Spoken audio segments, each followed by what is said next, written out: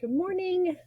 It is October 30th, the day before Halloween. So I'm dressed as a cowgirl today for my character, but I have a cute little story to share today. It's called Celestine Drama Queen by Penny Ives. It is a 3.2 AR reading level book, and it's adorable. Let's go ahead and get rid of my picture so you can see all of the book. There she is. Lots and lots of her. Even before Celestine had hatched from her egg, the duck family knew there was something very special inside. Tappity tap went the egg each day until crack! Out danced Celestine, ready to be a star. Right from the start, Celestine was very hard to ignore. As soon as she was old enough, Celestine would dress herself with great care, just as a real star would. Sometimes it took a long time to create just the right look. She signed her picture, autographed the picture. One morning, Celestine swept into breakfast wearing her latest creation. "Oh, Mommy, you know stars only eat pink food," she sighed as she looked at her cereal. "Do you think you should be wearing a tiara to school?"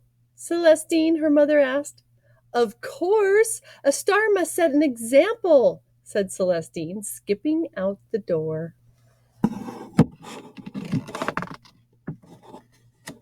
At school, Miss McDonald took attendance. "Archie?" "Yes, Miss McDonald." "Beatty?" "Yes, Miss McDonald." "Celestine?" "Celestine's not here," answered Celestine. "Today you may call me Princess Drusilla Drake. It's a much better name for a star, don't you think?" "Well, Princess Drusilla Drake," said her teacher, "this morning we all have the chance to be someone else. We are going to begin rehearsals for our school play." "I would be delighted to accept the lead role," beamed Celestine, twirling around the room. "Thank you, Celestine," said Mrs. McDonald. There's an important part for everyone." On the way home that afternoon, Celestine sighed. "Stars don't walk, they should ride, especially when they got the best part in the new play." "And what is your part?" asked her brother. "It's a secret," smiled Celestine, tap dancing along the pavement.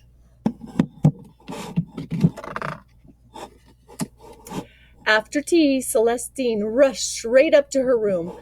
"I have to rehearse for the play now, Mommy," she shouted, slamming her bedroom door shut. "Want to rehearse your lines, Celestine?" called her mother through the door a little bit later. "Oh, no, thank you," Celestine called back cheerfully. "They're very nearly perfect." "Shall I help you practice?" asked her brother the following day. "No, thank you," said Celestine. "I know every word." The day of the play came at last. Celestine breezed gently into her classroom, blowing kisses into the air. "How kind," she thought, noticing some flowers nearby. "Someone has sent me a bouquet." "But where is my red carpet?" she wondered, walking down to the auditorium. "And the rest of the orchestra? Late?" She frowned, seeing only Mrs. Gobble at the keyboard.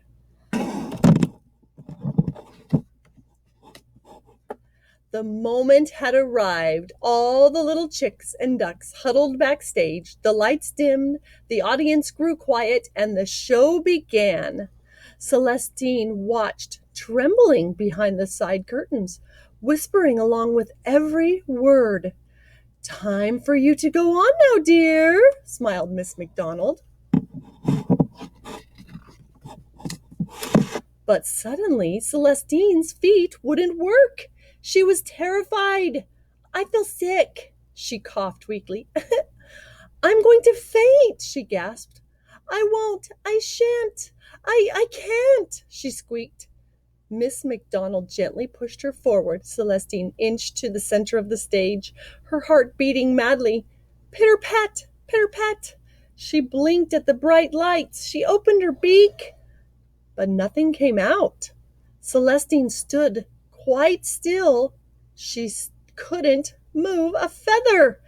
The end, whispered Miss McDonald from behind the curtain. Celestine, say your line. Say the end. Then Mrs. Gobble flew to her rescue, striking up one last fast jazzy tune on the piano. Quite of their own accord, Celestine's feet began to tap. Her knees bent, and soon she was whirling and twirling, skipping and spinning until, with one final leap,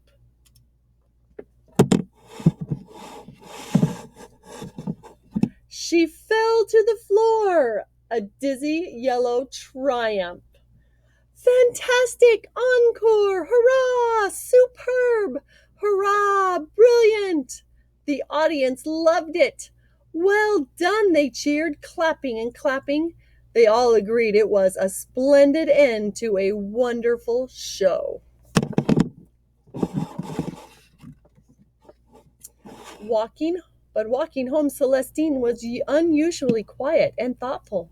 Flip flop, flapped her little feet. I'm still a star, aren't I, Mommy? Even though I forgot my line? She asked at bedtime, a big tear dripping down her cheek.